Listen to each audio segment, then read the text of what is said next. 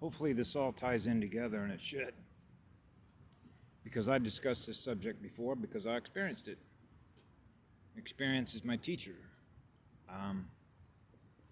But I know that Kim Gogun, that has the keys to the financial system, was explaining, and she does it in her way, and it actually means the same thing to the way I understand it, which is easy to perceive the way she explains it, because she does it very simply. So if you go back and you look at my videos, and I sort of explain it through an ecologist's point of view, or the way that we map terrain. And she mentioned that term, mapping terrain, source. So there are a lot of ways in which you can sort of mix and match your terms, your definitions, the labels you want to give to things that explain what? Causality or experience, which can be measured by what? Energy. The energy we experience. So for us, we love to go fast, which means vibrating off the charts. Okay?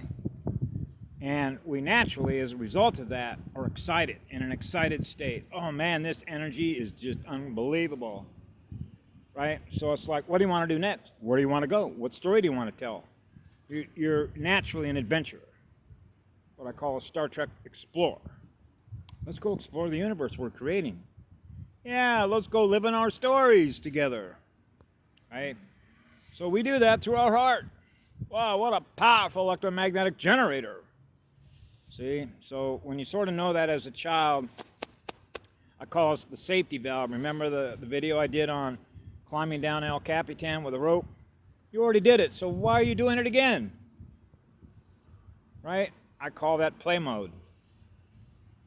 The difference between the speed in which you already know that you just did it to move from one geospecific space and another geospecific space, or folding time and space, to get to some other place where you did it. But you did it instantaneously, which means it's already done. It's already been done. Really, it's already been done, yes. So now I'm going to sit down and write the story on how it was done. Okay. Pretty funny. That's pretty fast. You're right, that is pretty fast. It's actually faster than light. Speed. Remember how they measure light speed? Based on the speed of the observer. How fast are you going? Right? Well, if I'm outside and you're inside, I can measure your wave. Otherwise, I'm measuring my wave. So remember when I talked about how we measure ourselves by the speed in which others are going? Okay. How fast are you going down that track? Bye. Okay. I don't want to get left behind. I'm missing the train. No, I want to catch that train. It's going so fast. So who are you going to learn through to go fast? Remember what I said? Goddess was my first teacher. I wanted to know how she was going so fast. You got to teach me how you do this. Remember when I was 6 years old? Grab the girl. Boy loves girl. Birds and the bees become a reflection of each other, right? Hey, I love you. You love me. Yeah, we both love each other in that mirror. How much love is that? Well, how much light is that? Well, how many stories can you tell? Infinite. So that's infinite light. Yeah.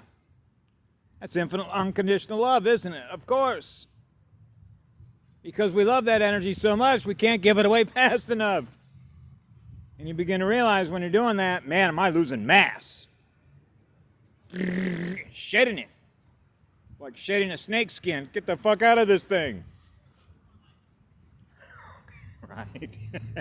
Where do you want to go be next? Sort of like that. Well, that's up to you. Okay?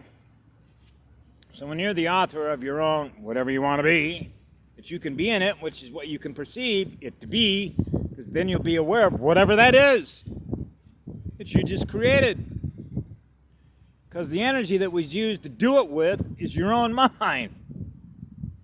You share it with others. That's what's beautiful about being different. A creative artist, an original artist. So how does Source prevent itself from being captured and consumed by the dark? By being more powerful. Have to be. So whatever you created, I can uncreate. That's what an eraser on a pencil is. Right? Occam's razor. The universe is not that complicated. I realized that one time when I was in a statistics probability class at the University of Arkansas, which was their graduate school. And this is naturally always going to be a compliment to Source, because this is not me doing it. I'm simply sharing what I experienced through Source. What Source is, that I thus perceive whatever's possible to perceive, which is what a creative artist will do. Without much love, without much light. It is possible to experience everything that is possible that your creative imagination can come up with.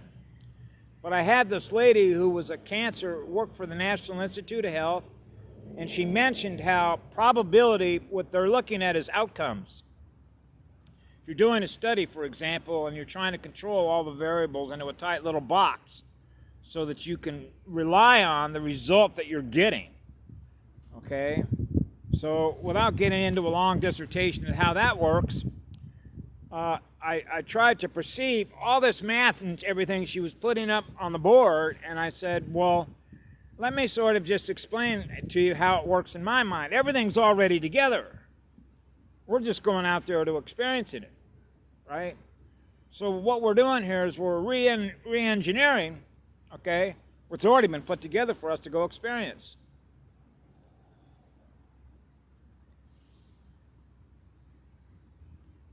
You know what she said? That's light years above this class. Somehow or other, I guess she understood that. So this is sort of how I realized that when you're living in now time, when you're going so fast that you don't think about clocks or what I call time card programming, you're held captive. Your mind's energy is held captive.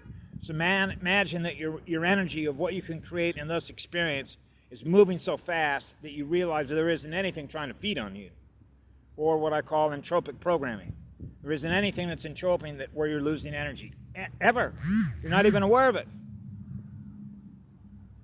Well, I experienced that as a child, which is why I couldn't understand why I'm in an alphanumeric energy field in which I'm experiencing others who are losing energy, in which I'm experiencing the loss in them that has to be restored in me in order for me to return home. Wait a second. Home is where my heart is. So I'm always home in my heart, see?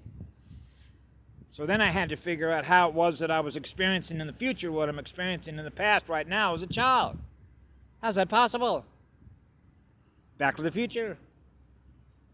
Your higher mind that knows these things is communicating to you in the past because the timeline, which represents the sequences of events, are already there.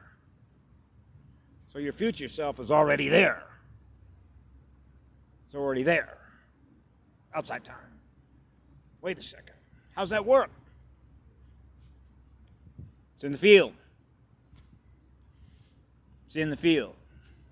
You're accessing, your future self is accessing your now time self, wherever now time is, and wherever you happen to be in geospace, vector to the future to right now, which is whatever you happen to be experiencing right now.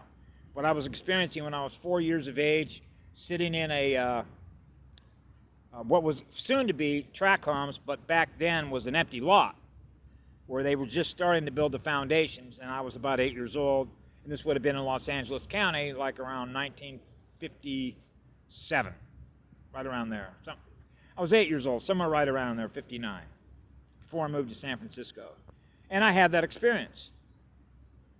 I had the experience of knowing what was going to happen in the future by seeing it as if you were seeing the sequence of events. It's like you're seeing the end of the movie, or one act of it, and going, whoa, so that's what's going to happen in the future, but I haven't experienced it yet. So why don't we just cut to the chase and go jump ahead and just go be there? Why do I have to go through everything I have to go through now, that sequence, in order for me to experience what I am right now that I'm communicating to you? Okay? And that's another subject. Actually, I think I already covered that. You're the author of your own timeline.